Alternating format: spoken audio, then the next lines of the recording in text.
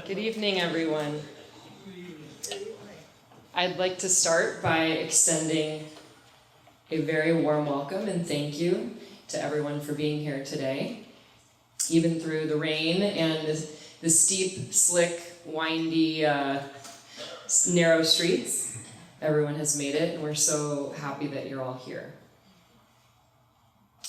To those friends and family members who traveled long distances by car or by plane to be with us, thank you and welcome. And to those friends and family members who wish to be here but were just not able to make the trip, we want to thank and acknowledge them too. I'm Hope Ledding, and I'm a friend and neighbor of our dear Judy and Chick.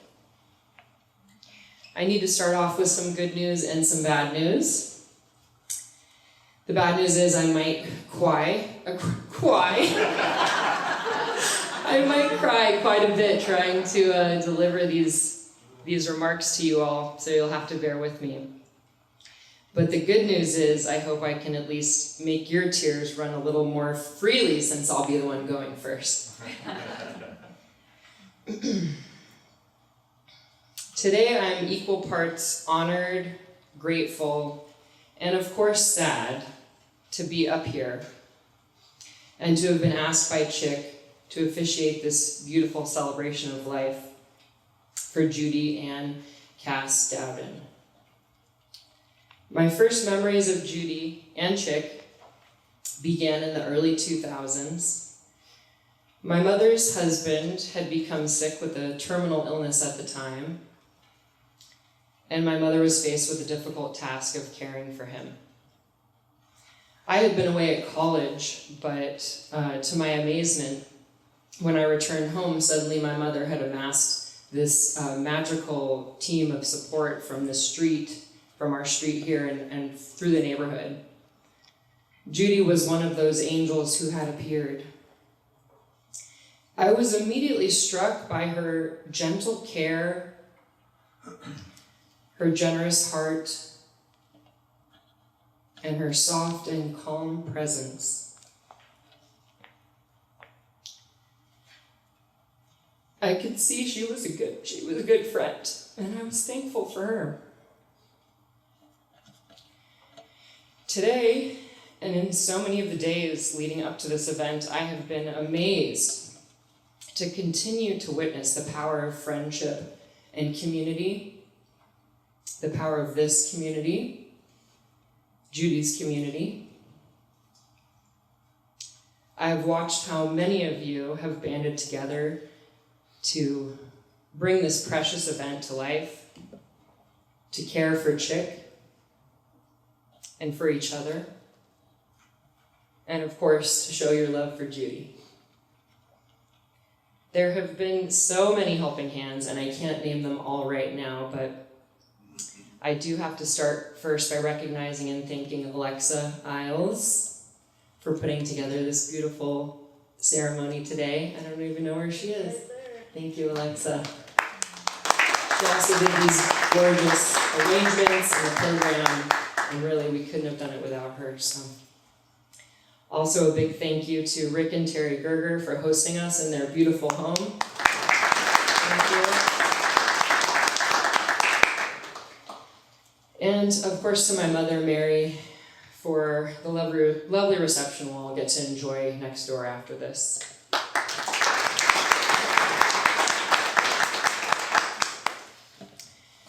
One of my friends here shared a beautiful passage with me recently that really reminded me of Judy, of her appreciation for nature, and of the challenges that death presents. I wanted to share it with you all because I think it's one that inspires hope and helps us to turn bravely toward facing our grief. What the caterpillar calls the end of the world, the master calls a butterfly. We are often afraid of losing the things we value: our job, our health, our possessions, our loved ones. The more we focus on these fears, the less we are able to cope with life. and the more removed we may feel from it. Loss is a form of change that we can grow into. Fear of loss and fear of change go hand in hand. Yet when they happen with love's guidance, they lead us to spiritual growth and a deeper connection to life. Even our sadness can open us to the undying love that's underneath. Although the caterpillar no doubt values her caterpillar self, turning into a butterfly gives her a different view. And each stage in our development entails both loss and growth. And love, the love we find in ourselves and in each other, is always there to offer a helping hand. Just want to take a brief moment of silence together now to just maybe look around the room and appreciate everyone who's here today. Maybe taking a few breaths and just gathering yourself for the rest of our beautiful program that we have.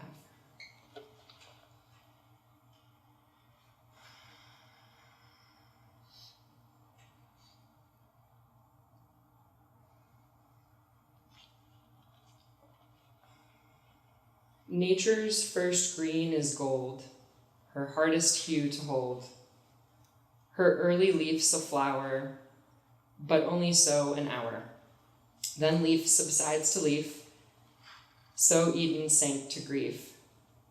So dawn goes down today. Nothing gold can stay. I'd now like to invite our first speaker, Trish Dowden, up, Chick's sister, to speak for us. I will be the second who will cry today. So this is my love letter to Judy, and it's a letter of love to Jeff as well. You all know him better as Chick, but I'm his younger sister, and I learned long ago that it's Jeff. Like most of you, to say that I felt close to Judy is an understatement. I'd known her and loved her for decades, of course, but it took COVID to really bring us close together because we began Zooming for 2 hours every Sunday. Judy and I shared everything, and sometimes we even let Jeff talk. Right? Once in a while. Yeah. As most of you know, Judy was not one for idle chit-chat. She went deep as soon as she could, and I reciprocated. She wanted to know first about our childhood, about what we both remember about our parents and growing up with our older brothers. We compared lots of notes, and the three of us really came to understand each other more deeply. But that's exactly who Judy always was. She was intensely interested in other people, what made them tick, how they saw the world, and especially how they were feeling. She was one of the best listeners I've ever met. But it wasn't just one way. She shared a lot about her internal life as well, how she saw the world and how she felt. She talked lovingly about her family, her neighbors, her friends. By last year, we had talked so much and become so close, we had agreed that we were sisters to each other, the sisters neither one of us had ever had. But I'll tell you something wonderful that I discovered when I came to LA in January and spent some time here. I discovered that Judy had many friends whom she considered to be sisters. What a wonderful sisterhood I had joined. Judy's relationships were deep, but she also read books very deeply. And she and I had our own little book group for our Zoom time. We read so many books together. She loved books about other cultures and people who were different from her. She loved novels where the characters had rich internal lives. Does this sound familiar? This is so Judy. She also loved nonfiction. She couldn't read enough about the human brain and the mind because she wanted to understand how they make us who we are. She read a huge variety of books, and I know she shared books with some of you books I never read. Some books on spiritualism, some dark mysteries, and some lighter fare as well. And I know she loved reading with each of you, sharing books with each of you. It was really important. So let me close with just a few things I loved about Judy. First, I loved her smile and her laugh, but also her serious face when she disagreed with something and she was waiting to speak her mind. I loved how she could dress to the nines, dress up for a costume party, but still loved people like me who didn't and couldn't. And I love that she could make me feel like a sister, one who got a chance to see how much she and Jeff loved each other. Jeff and Judy, yours was a deep, abiding love that will never diminish even while you're on different paths. Thank you for letting me speak.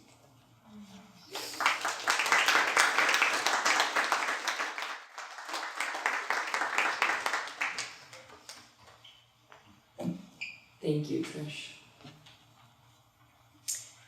Next, I'd like to invite Chick's close friend, David Perkins, up to speak.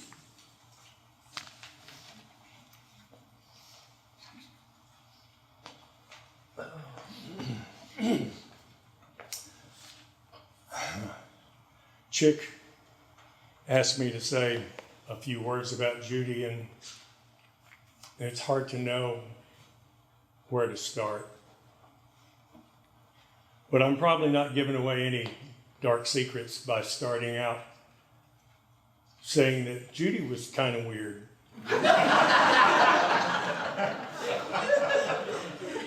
I've known Chick for 49 years. And in that time, we have been roommates, and we have been work colleagues, and most importantly, for probably at least 46 or 47 of those years, he's been my best friend. And 30 years ago, he brought Judy into our family. And I don't use that term lightly. Ryan and I don't have family in California. We're both transplants. And so Chick and Judy became our chosen family. They were with us for every Thanksgiving and every Christmas, every birthday, every anniversary, every important day in our lives and theirs, and a lot of unimportant days. And getting to know Judy didn't come easy. All of you who know her know that she is, if she doesn't know you well, is fairly introverted and shy and quiet. And I tend to be kind of loud and boisterous and in your face, and that probably made her withdraw even more than she might have. So it took us a little while to find our place in each other's lives. But when we did, we became very close. Not just good friends, but eventually even confidants. We spent a lot of time on the phone with each other when one of us needed to just vent or rant about something or just need to unburden ourselves about something. In the last couple of months, it was mostly about her new health issues. She was worried and frightened, and even needed to cry a little bit from time to time, but she didn't want to do that to Chick because she didn't want him to be worried and frightened. She apparently didn't care that I was worried and frightened. But I was happy to be that for her in that time. Trish already mentioned Judy's insatiable curiosity about everything and everyone. And she wanted to know every detail about everything that she was trying to learn about. most people, if they saw you scratch your crotch, would turn away and pretend they didn't see it. Judy would want to know what's wrong with your crotch. Is it a rash? Are you putting something on that? Have you talked to a doctor? There was no dismissing her once she latched on to whatever it was she wanted to know about. She also was incapable of dishonesty, even when it would have been the polite thing to do. If you gave her a gift that she didn't like, she sucked at pretending that she did. Her mouth would manage to smile, but the rest of her face was saying, "Oh my God, why did you give me this?" But those qualities, that insatiable curiosity and the inability to be dishonest, were two of the things that made her such a great friend. And such, as Trish pointed out, an amazing listener. Completely non-judgmental, except that inability to be dishonest meant also that when you were talking to her and you were ranting about some injustice you had suffered, and she would listen, and then at the end she might say, "Well, no, that was stupid, you were wrong." That's the thing about really, really good friends, is they don't always tell you what you want to hear. Sometimes they just tell you what you need to hear. And that's who Judy was, and it's what she was for me. She had a troubled relationship with her mom through most of her adult life. And of course, you know, when somebody's a pain in your ass, she lived to be 102 years old. But that turned out to be a blessing for Judy, because in the last few years, you know, Gert lived in Santa Monica, 100 years old, and dragging a little cart 2 or 3 blocks down the street to Ralph's to do her own grocery shopping. If she needed to go farther away than that, she got on a city bus. She lived in the same apartment by herself for 50 years. 100 years old. She was, you know, almost self-sufficient, except every couple of weeks, Chick had to drive down there and put her TV back on channel 3 so her cable box would work. But other than that, she was pretty self-sufficient. She was almost a force of nature. And she had a stroke that she survived. It disabled her a little bit, but Chick and Judy moved her in here on La Punta with them for the last 2 or 3 or 4 years of her life. And that came to be a blessing for Judy. She grew to not only admire her mother, but she was a little bit in awe of her. And her stoicism and her tenacity and her refusal to fold under any circumstances. And Judy grew to appreciate her mom in her last few years, and I think she was happy for that. She was a gifted artist who was reluctant to call herself that. And when she takes beautiful photographs, but what was really remarkable is when she would take them into her computer and turn them into works of art. And they were gorgeous. And when she first started framing them and hanging them and giving some to friends, I noticed that she wasn't signing them. And I said, "Why aren't you putting your name on these?" And she hemmed and hawed and gave me some bullshit, you know. But what it was she felt like putting her name on them would be announcing to other people that she considered herself an artist. And I think she thought that was pretentious or something. And I said, "You are an artist, and what you are doing here is art. And you need to put your name on it. And you need to stop being embarrassed about calling yourself an artist." And so she started signing her work. And I had a showing at a gallery down here in Hollywood, which was just gorgeous. A couple of dozen of her pieces hung.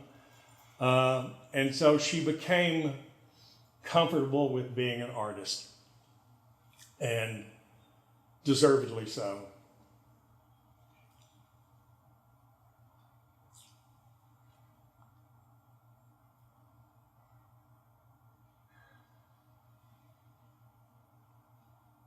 So while I have known and loved Chick for almost 50 years, I didn't love Judy just because my best friend loved her. I loved her because she was a genuinely good human being, a remarkable person, and a good friend. And for whatever time I have left, I will miss her deeply.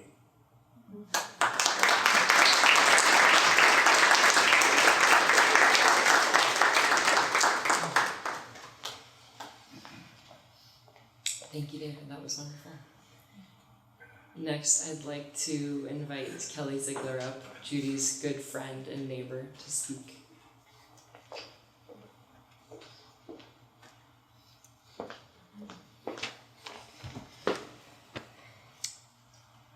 My husband, Bill, and I have lived next door to Judy and Jeff for over 25 years. I can't remember exactly when I first met Judy, but I do remember that my husband, Bill, introduced Judy and Jeff to me as the new homeowners of the house previously owned by the Blue Power Ranger. So, yes. I feel like I've always known Judy, that she's always been there. And as I was thinking about it recently, I realized Judy's the only Judy I know. I have many stories and memories about Judy, a long list any of us could share. But one example is Judy was a wonderful photographer and an enduring artist, as many have witnessed. Our family takes an annual Christmas photo, and Judy took many of those photos over the years, and photos of our kids for high school dances and other events. And to us, her gift is forever a part of our family. I don't simply want to share a list of things that Judy did, but I want to also share my thoughts of who Judy was to me. She was a friend. She was a neighbor. She was my go-to gardener. And she was a fellow volunteer here in the neighborhood. She was a big part of the HDCA, which is the Hollywooddale Civic Association. And it's her role in the neighborhood by which I want to share more of my thoughts. I've been on the HDCA board for over 12 years, and Judy has long been active with HDCA and was a de facto member on our board. So we had lots of emails going back and forth. Over the years, many of us had lots of opportunities to work with Judy on all kinds of events throughout the neighborhood. In recent years, she was the chair of our welcome committee and really using her green thumb to reach out to neighbors and giving them plants and welcome baskets. I think one of her biggest impacts was from 2008 to 2012, where she was co-chair of the Save La Roca Trail. And that's the undeveloped trail right below this street, which is forever preserved because of her help from development and will endure forever as green space. But I don't think recognition or titles ever mattered to Judy. I always remember her being involved. She was usually on the sideline. She was quietly helping, yet she was definitely influencing behind the scenes. As I thought more about Judy, I asked myself, how would I describe her simply? Judy was always there to help. She was honest, and she was humble and wise. To me, Judy had a quiet power. I decided to read through some old emails between me and Judy and the other HDCA board members, being Alexa and David and Jan. And I have emails going back years.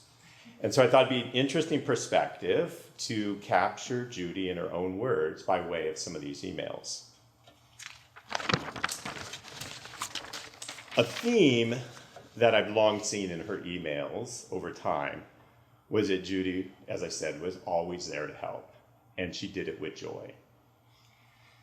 Here are a listing of just some of the snippets from her emails when one of us reached out and said, could we get your input, or could you make something, or could you attend a meeting?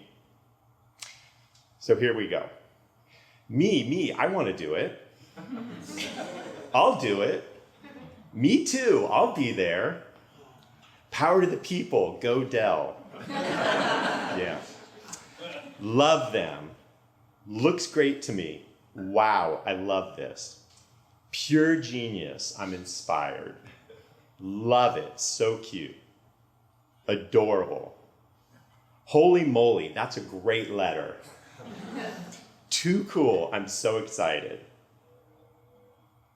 I have to say, I could definitely always gauge Judy's level of excitement in her writing by her use of exclamation points.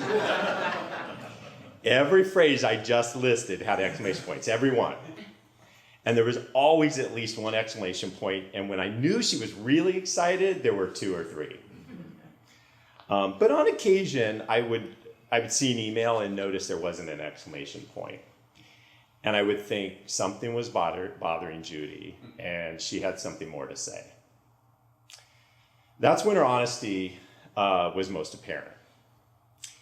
Here's a follow-up email chain that the HDC board had about a Zoom meeting when we were talking about this tense neighborhood issue. And it was just the 5 of us that were emailing. These are her words. I wrote this after the meeting, but I didn't send it. But I just decided to. Would you guys mind if I vented? And then she proceeded to do a long listing, really sharing her thoughts and real insights into what happened at the meeting. She ends up ending it, sorry, I'm being super critical. And then there's me. I was wagging my head back and forth and squirming nonstop. I promise I will turn off my camera from now on Zoom.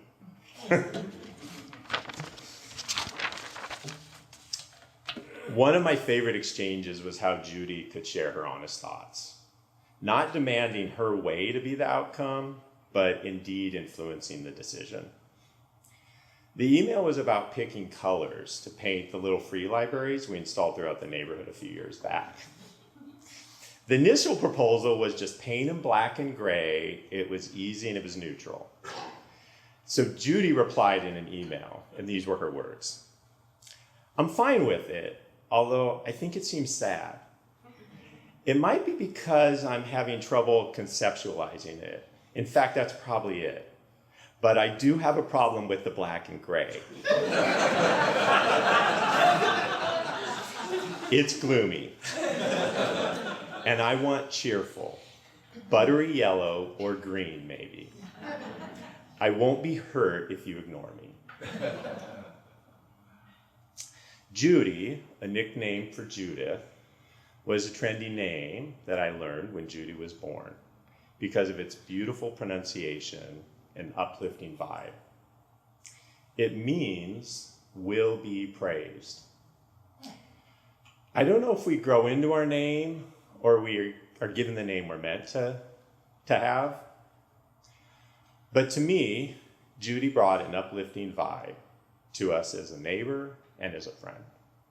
And I will always remember her as cheerful, just like the colors of buttery yellow and green.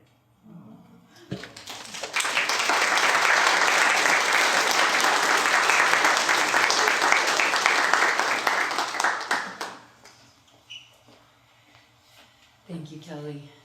Now I'm going to invite George and Athena Scarpelos up to perform a Bob Dylan song for us, which Judy wanted to be a part of our time together today.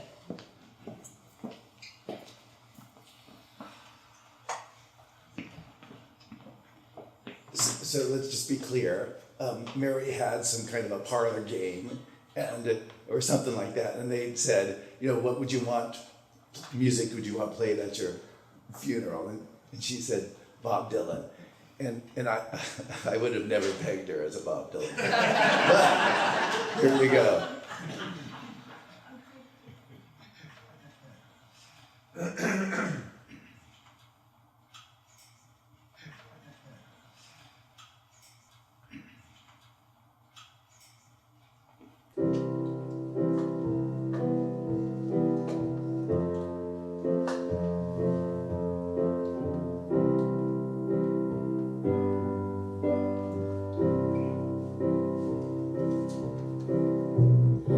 seen love grow by my door. It's never been this close before. Never been so easy or so slow. I've been shooting in the dark too long. When something's not right, it's wrong. You're gonna make me lonesome when you go. Dragging clouds so high above, I've only known a careless love. It's always in me from below, but this time round it's more correct. Right on target, so direct. You're gonna make me lonesome when you go. Purple clover, queen and lace, crimson hero, across your face. You can make me cry if you don't know. Can't remember what I was thinking of. You might be spoiling me too much love. You're gonna make me lonesome when you go. Flowers on the hillside, moving crazy. Crickets talking back and forth and round. Blue river running slow and lazy. If I could stay with you forever, never realize the time. Situations have ended sad, relationships have all been bad. Mine have been like the land in remote, but there's no way I can compare. All them sheets, they're so fair. You're gonna make me lonesome when you go. You're gonna make me wonder what I'm doing. Staying far behind without you. You're gonna make me wonder what I'm saying. You're gonna make me give myself a good talking to. I'll look for you, no, Honolulu, Hollywood, or Ashtabula. You're gonna have to leave me now, I know, but I'll see you in the sky above, the tall grass and the ones I love. You're gonna make me lonesome when you go. You're gonna make me lonesome when you go.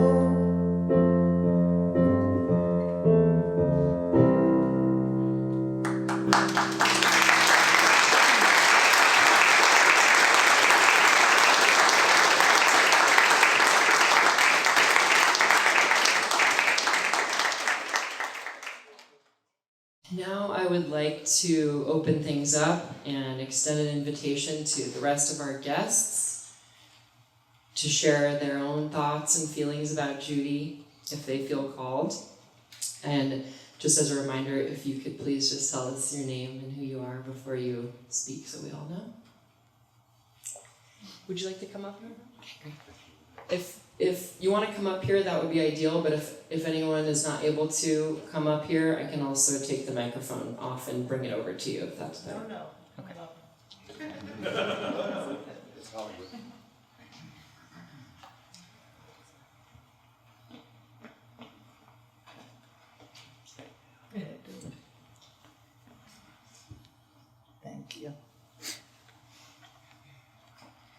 Hi, I'm Linda Deutsch, and I'm a neighbor in the Hollywood Dell. And this has been so incredible. You can see what an incredible neighborhood we have with all this talent and all these wonderful people who are so articulate. I almost don't know what's left to say, but I will try to say it. I've written a little bit about Judy. One thing I was thinking while I was sitting here and looking at that picture was no one has mentioned Judy's beauty. She was a knockout. God, she was beautiful. And I don't think she ever realized it. She never realized how pretty she was, but she was in every way. Like so many of you here today, I'm still in shock at the sudden loss of our beautiful Judy. It seems just a few days ago, we were sitting in her lovely office, admiring the view and reflecting on how lucky we were to live in such an amazing neighborhood. It is fitting, after all, that we are gathering to celebrate her on this hillside that she loved so much. There's a feeling of loss so deep in our little village that it seems to permeate the hills, the flowers and trees, the winding trails, the very earth beneath us, and most of all, the hearts of all who call the Hollywood Dell home. I would never have known Judy and Jeff. I'm going to refer to him as Jeff because when I first met him, I asked which one he preferred, and he kind of said either one. But in honor of his given name, I will call him Jeff.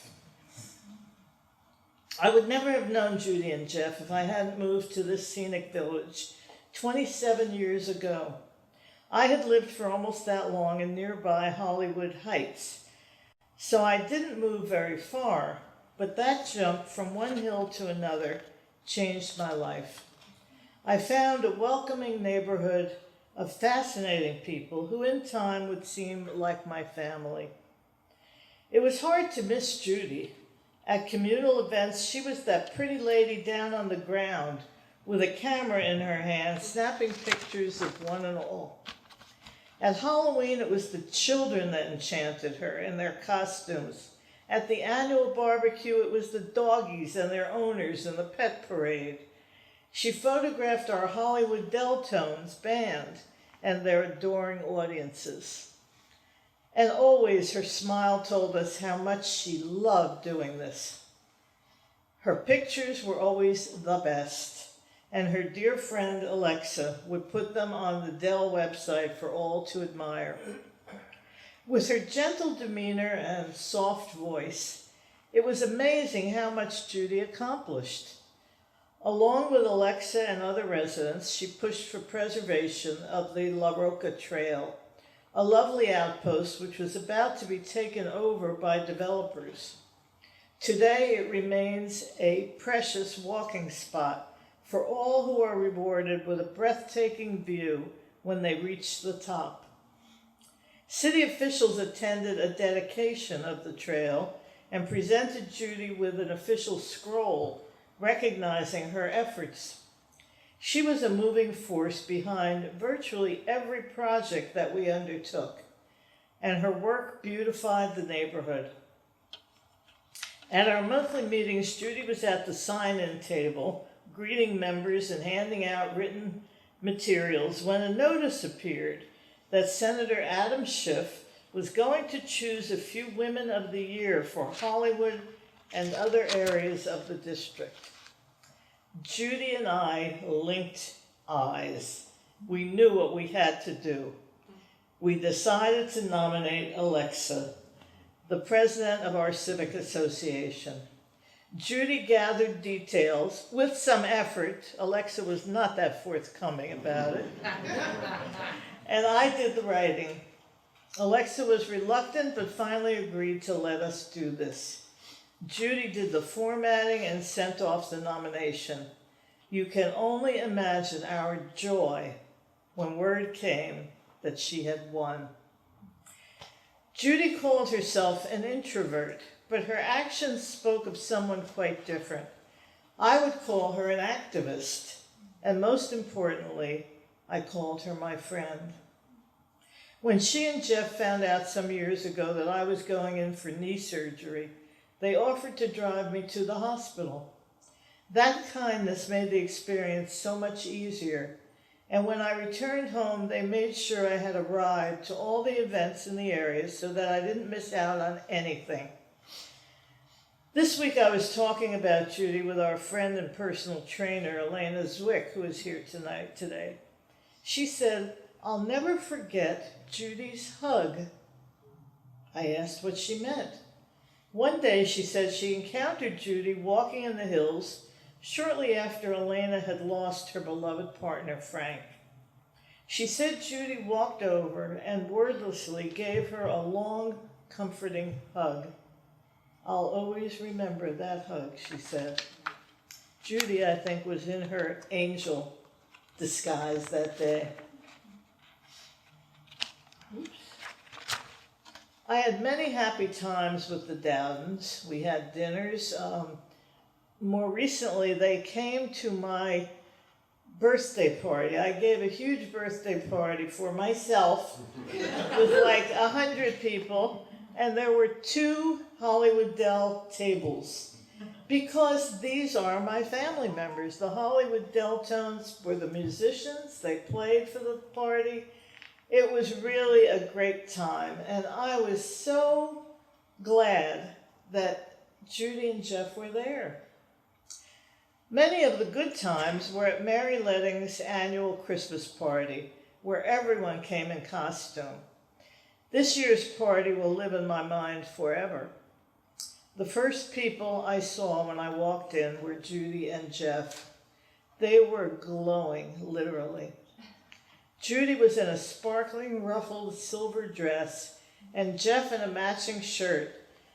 They had crafted silver headgear to make themselves look like Christmas ornaments. They won a prize for their costumes, and they looked as happy as I have ever seen them. She was vibrant, the picture of health. 1 month later, Judy was gone. And so I end where I began, bereft, puzzled, unbelieving. But she is not truly gone. I believe she will always be here in the Dell in spirit, stopping by to look after her garden and checking up on Jeff, the love of her life. How lucky they were to have had each other. How lucky we were to have both of them.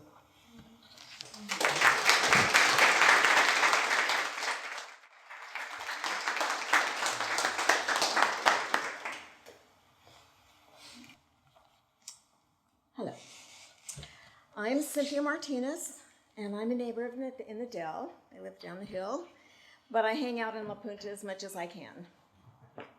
Over the years, I've done a lot of different things with Judy. We would go to the flower market or the jewelry market and sometimes go clothes shopping. But most of all, we'd rummage around the hills and look for different bits of fauna or dried flowers or something to use in some sort of floral arrangement. She celebrated plant life in all of its aspects. In fact, I think she may have liked the dead aspect the best.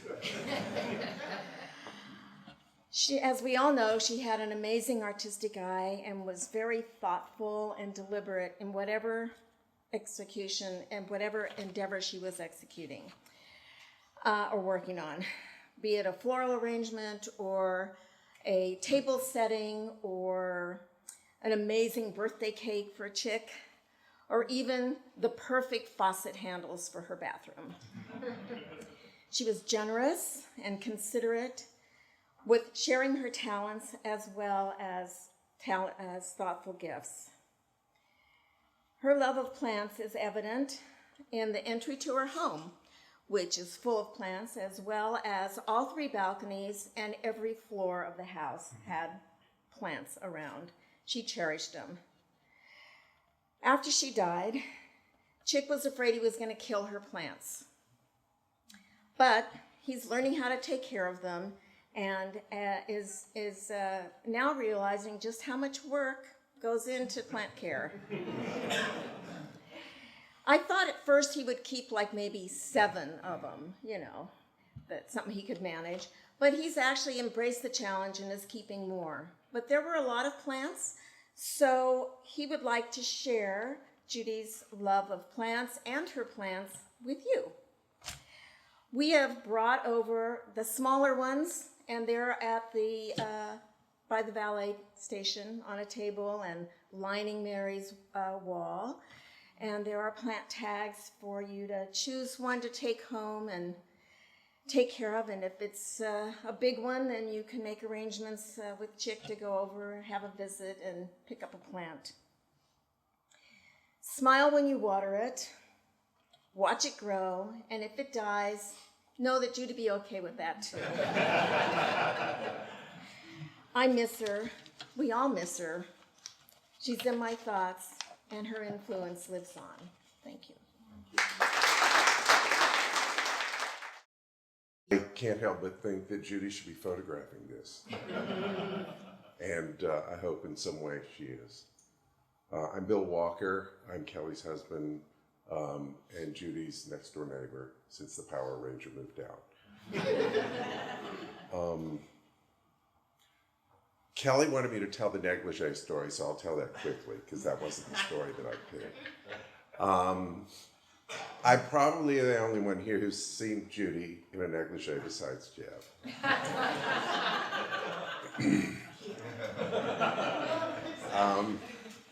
I'm a writer and I've worked from home for a long time. And one day I was in my writing chair and I hear this, Bill, Bill, and I thought it was the wind, coming through the canyon.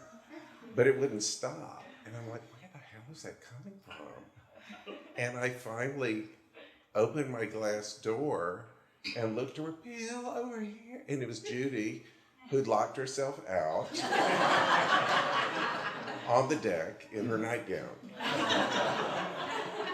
So she was like, do you have a key to my house?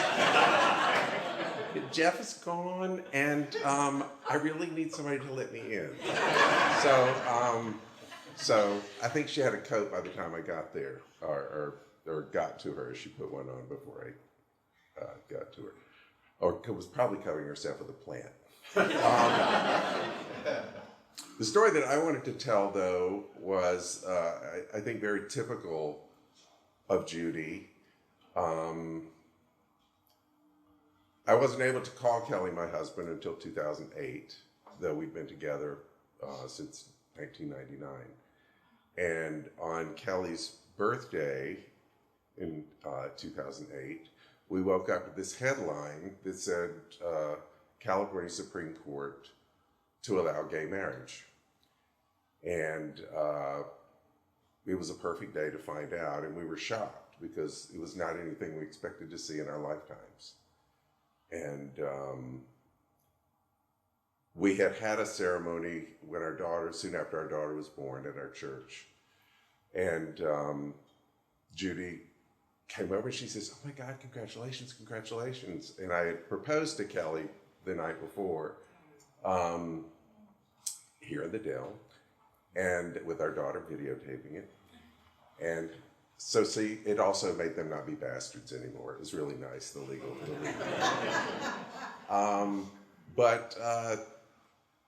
So Judy goes, well, what are you gonna do? What are you gonna do, for your wedding?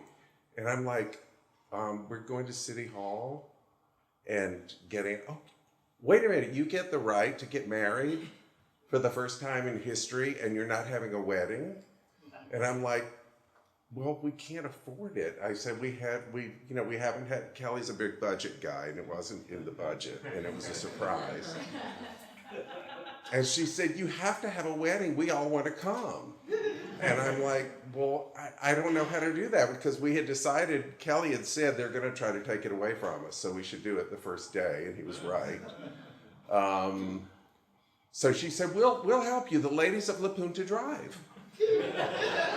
And I'm like, what? And she said, we'll do everything. She said, I'll take all the pictures. We'll do the flowers. We'll do the food. And it was amazing. And we only had $1,000 budget. We'd allotted $1,000 budget. And she was like, you can't have a wedding for $1,000. I said, that's what we're going to do. We're guys, and we're going to have a wedding for $1,000. And the only thing that I couldn't swing was I started looking at wedding cakes, and they are really expensive. And the day before, about a week before, there's a knock on my door, and it's Mary Letting. And she said, I'm not going to be here because I'm going to the Ascot for your wedding, but I'm leaving the day before, and I would like to make your wedding cake. And can you come to my house? And I have all these books of cakes, and you can pick out a cake, and I'll make it whatever you want. And I picked out something that was a replica of my parents' wedding cake. But that would never have happened without Judy, and without Judy's wonderful idea to throw our wedding the first day it was possible. And at that wedding, she had broken her hand in between offering to photograph the wedding and the wedding. And she was in a cast, and she was still there somehow. She said, I won't be able to get as good as I would have. But she took the most beautiful photograph of our daughter I think that's ever been taken. I think it's in this slideshow. And it's our favorite picture of Elizabeth, and we always think of Judy when we see it. So thank you, Judy.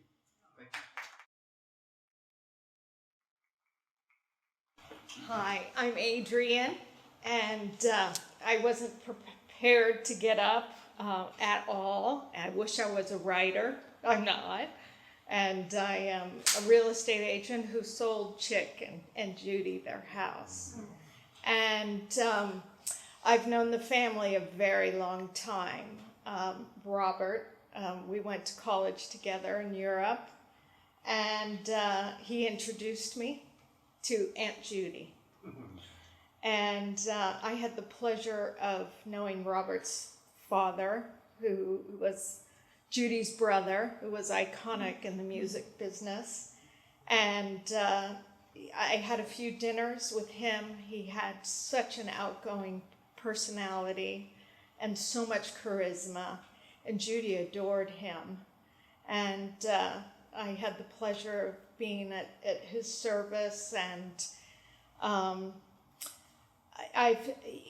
Judy had such an incredible warm heart, and that's what I see in this beautiful photograph of her. When I look at it, it's loving, caring, and understanding. And that was Judy. She just was a beautiful soul. And I'm so very sorry. And, you can see in this room how many friends, and you're not alone. You have lots of support here. And thank you for letting me get up and share just a little bit. Thank you. I'm the Mary Letting they keep talking about.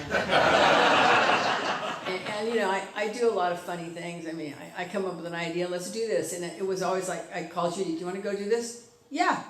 And no matter what it was. It could have been a fancy thing or not a fancy thing, or go shopping or do this. She was always ready to come and do things. So that's the thing I miss so much about Judy. But the other thing is she was such a perfectionist and an artist. She, okay, I'm going to cry. But you say, Judy, can you help with this? I would have a photo or something fixing and tweaking. And I'm like, well, just whatever works, just get it done. It's kind of my standard. And Judy was like, take time. And a day or two would go by, I go, is it done yet? Well, I'm working on it. And then a week would go by, and I go, okay? Yeah, it's almost done. And inevitably, when it was done, it was perfect. And if you've been to their house, you can look, every part of their house is perfect. Every arrangement, every pot, every flower, dead or alive, was always just Judy, And I had not been in their office, and I was there recently, and it all came together for me when I saw the bookshelf, okay? The bookshelf, you've heard about all the books that Judy Judy read. Don't ever try to borrow a book from her because she probably could never find it, because every bookshelf was organized not by the title or the theme or the author. It was organized by the size and the color of the binding. So she had the red bookshelf, and they're all even. They're not this way. The red bookshelf and the blue bookshelf and the white bookshelf and I would call it orange, but it's more like the color of that dreamsicle, that color. And it was just so perfect. But you never want to borrow a book because it would ruin the perfection. So Judy was perfection, let's face it.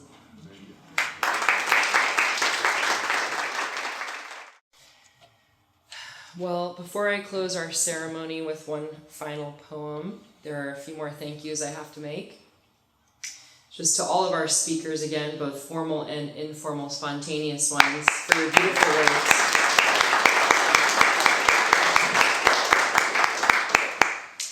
I'd also like to thank Cynthia Martinez and Lee Slocum for all the gorgeous flowers you're going to see next door. We put those together. Judy would definitely approve of all these gorgeous flowers. And also to David Brewer and Cynthia for their culinary contributions, all the desserts that they made for our feast over there. So thank you.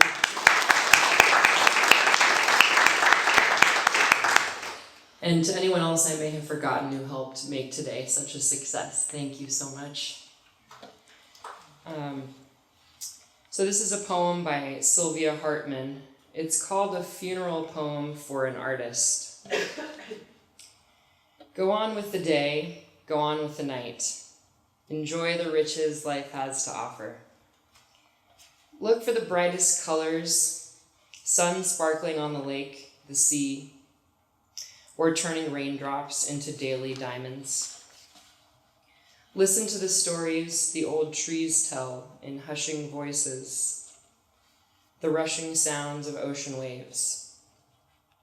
All is alive, all dances on through time and space, so find the highest taste in all things on your journey into love. And should you think of me dragon-free upon the endless plains, immersed in a news story, in deepest fascination, playing worlds of music, magic, art, just me, doing me things, and smiling.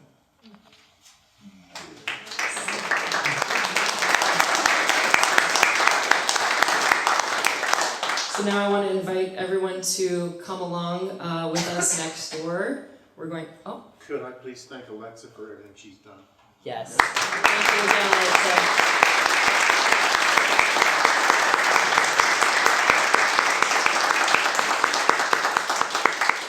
No, you don't get to talk. Okay.